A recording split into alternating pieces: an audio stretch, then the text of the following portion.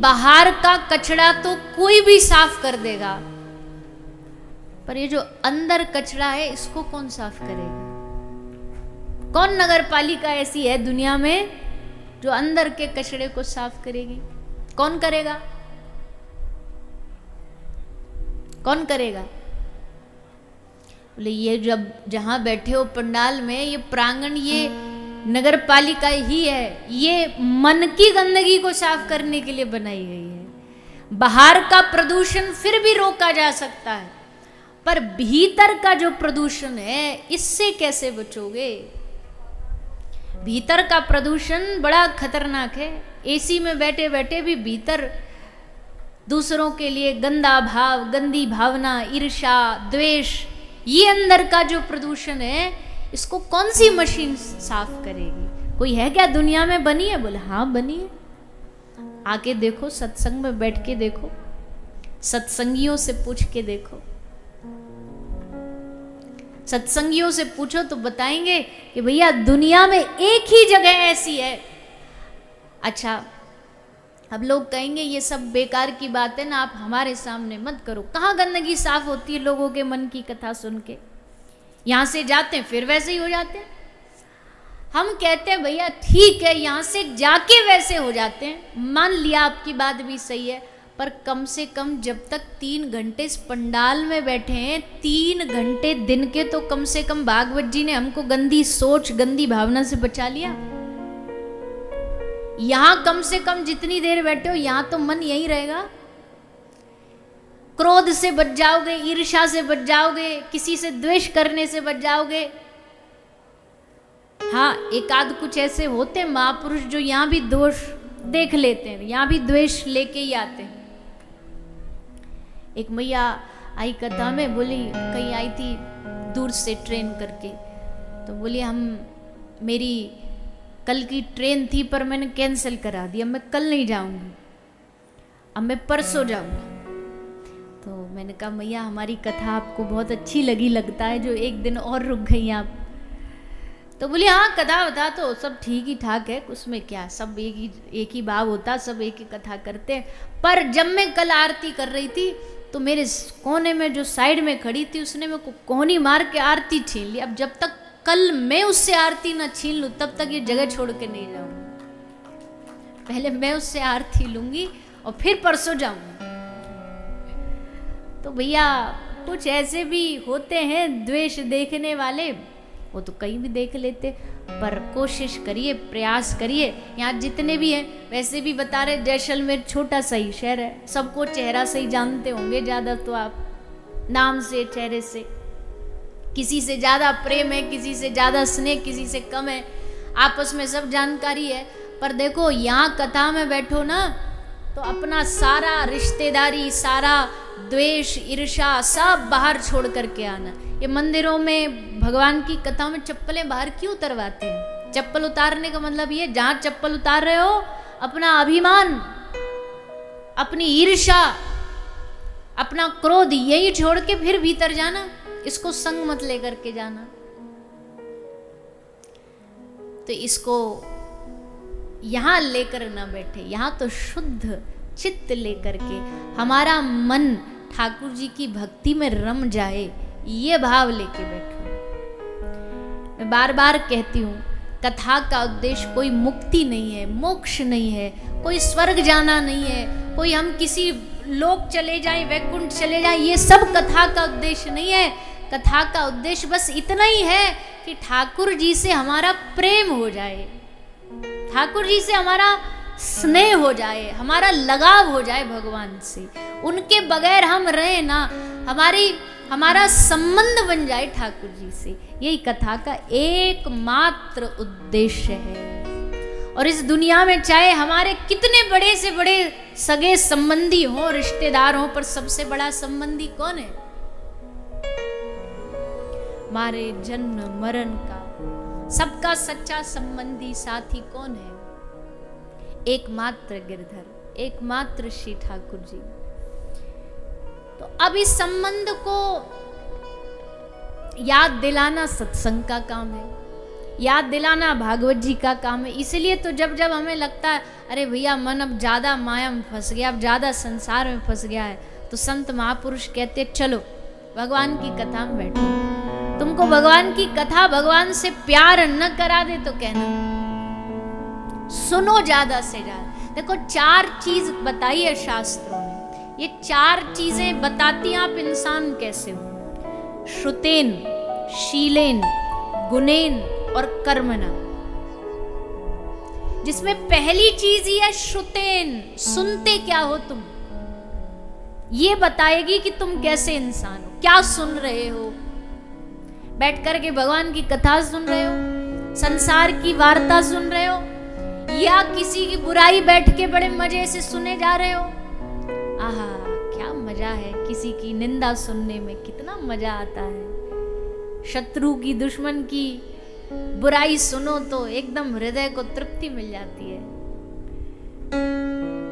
एक आध पॉइंट निकल भी गया हाथ से तो फिर से आएंगे लौट करके, बोले क्या कह रहे थे आप, दोबारा बोलना उनके बारे में। इतना मजा आता है। चाहे गंदी बातें सुन रहे हैं, चाहे किसी से झगड़ा हो रहा वो कान लगा के सुन रहे हैं। श्रुतेन, सुन क्या रहे हो, ये बहुत बहुत जीवन का सबसे महत्वपूर्ण अंग है। अब अच्छी चीजें सुनते नहीं, आजकल कहीं अच्छी चीजें सुनने को बताओ मिल कहां रही है। टीवी पर तो गंदगी, सोशल मीडिया पर तो उल्टे सीधे अपशब्द, उल्टी सीधी बातें, यही कान में जा रही हैं और यही जा करके हृदय को वैसे ही बना रही है। इसलिए श्रुतेन, सुनो क्या, यहां बैठे हो आप, इस बात का प्रमाण है कि चाहे हम भक्त हैं ना हैं या ना हैं, ये इस बात की गारंटी नहीं यहां बैठे कि भक्ति होंगे, पर इतनी गारंटी जरूर है यहां बैठे हो तो तुम भगवान का भक्त बनना चाहते हो, इसलिए यहां बैठे हो। कोशिश है, प्रयास है कि हे प्रभु कथा सुने और आपके भक्त बन जाए। बस सुनो। अच्छा, गांधी बापू के 3 बंदर थे ना, कौन कौन से बोलिए ना, चलो इशारे से बता दो, मौन हो आप, इशारे से बता दो। अच्छा, बुरा मत सुनो, बुरा मत देखो और बुरा मत बोलो। गांधी बापू ये पद्धति से चलते थे। अब ये पद्धति तो है ही बहुत अच्छी, ये तो सब शास्त्र भी कहते हैं। अब इसके और एक कदम आगे बढ़ो कि बुरा नहीं सुनेंगे, बुरा नहीं देखेंगे, बुरा नहीं बोलेंगे, अच्छा सुनेंगे, अच्छा देखेंगे और अच्छा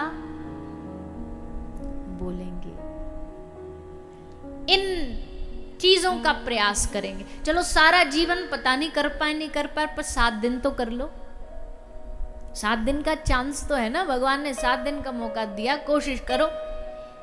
कोई भी बुरी चीज सुनेंगे नहीं, अच्छी चीज सुनेंगे। यहाँ कथा सुन लो, यहाँ से घर जाके शायद ये उस पे भी आ रही होगी यूट्यूब वगैरह पे, फिर सुन लो, क्योंकि एक बार में थोड़ी ना हमारी बुद्धि में बात बैठती है। हमें अच्छी बातें तो कम से कम 50 बार बोलनी पड़ती है, बुरी बात एक बार में ही बैठ जाएगी।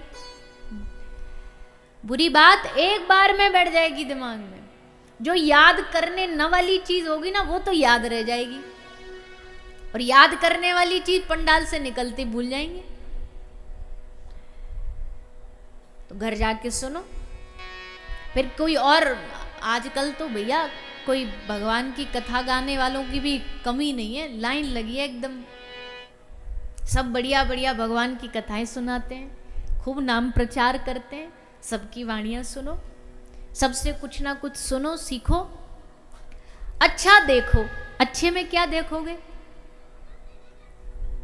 देखने वाली वैसे तो दुनिया में बहुत चीजें, देखने के लिए तो सारी दुनिया आप ही के शहर में आती है, सारी दुनिया आती है देखने के लिए। हमको क्या देखना है? या तो भगवान को देखो या भगवान के आश्रित संतों का, भक्तों का दर्शन करो, उनको देखो, उनका दर्शन करो।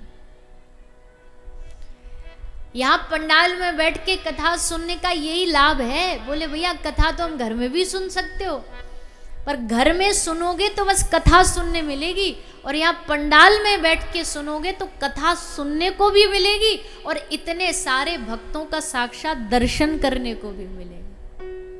और ना जाने किस रूप में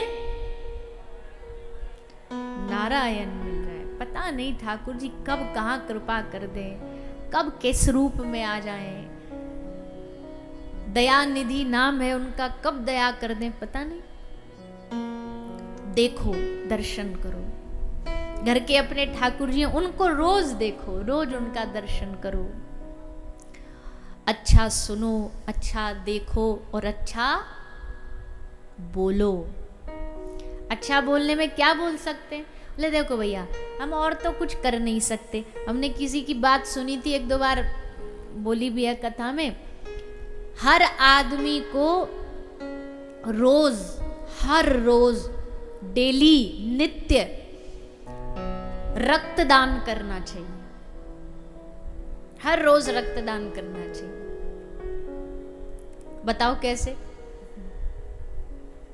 आप कहोगे जी हर रोज रक्तदान करेंगे तो हम तो बचेंगे ही नहीं, सूख जाएंगे सारे के सारे। बोले देखो रक्तदान वो इंजेक्शन से जो ब्लड निकाला जाता है, यहाँ वो वाले रक्तदान की बात नहीं की जा रही। वो तो समय पे जैसा डॉक्टर बताते वैसा करो। रोज रक्तदान कैसे कर सकते हो? हमने सुना है कि हंसने से और खुश रहने से खून बढ़ता है, तो रोज किसी को दो चार ऐसी अच्छी बात बोल दिया करो कि वो सुन करके हंस जाए और उसका खून बढ़ जाए, हो गया रक्तदान। रोज की रोज अपना रक्तदान करते जाओ। हर रोज कोई अच्छी बात बोल दो। कोई बढ़िया लग रहा है, अरे भैया आज तो अरे माथे पे तिलक लगाए हो, वाह वाह वाह, बड़े सुंदर लग रहे हो। और हम क्या बोलेंगे उल्टा, माथे पे तिलक लगा के ये झूठ मूठ का नाटक करते रहते हैं, ये नौटंकी करते हैं, ये भक्त वक्त तो कुछ है नहीं, ये सब नाटक फैलाते हैं। हर चीज में बुराई ढूंढ लेते हैं हम, अच्छी में बुरी में। भगवान की कथा में बुराई ढूंढ लेंगे, कथा करने वालों में बुराई ढूंढ लेंगे, सब जगह बोलते घूमेंगे। दो अच्छी बात बोल दो, उसका रक्त बढ़ जाए और तुम्हारा रक्तदान हो जाए। अच्छा बोलो, किसी भी व्यक्ति को अच्छा सुनो। और अच्छा सुनने की श्रेणी में सबसे अच्छा सुनना क्या हो सकता है भैया? बोले भगवान की लीला सुनने से अच्छा और रस क्या हो सकता है? आज तक भगवान की लीलाएं गाते गाते गाते कभी भागवत जी पुरानी नहीं हुई, कभी पुरानी नहीं हुई, इसका रस कभी पुराना नहीं हुआ और हर रोज बढ़ ही रहा है। कथाएं भागवत कम नहीं हो रही, बढ़ ही रही हैं। अगर कथा करने वाले बढ़ रहे हैं तो कथा कराने वालों की भी कोई कमी नहीं है। ठाकुर जी सबको कहीं ना कहीं, सबको हर गांव हर शहर में सेट कर रखा है, तुमको यहाँ कथा करनी है, तुमको यहाँ करनी है।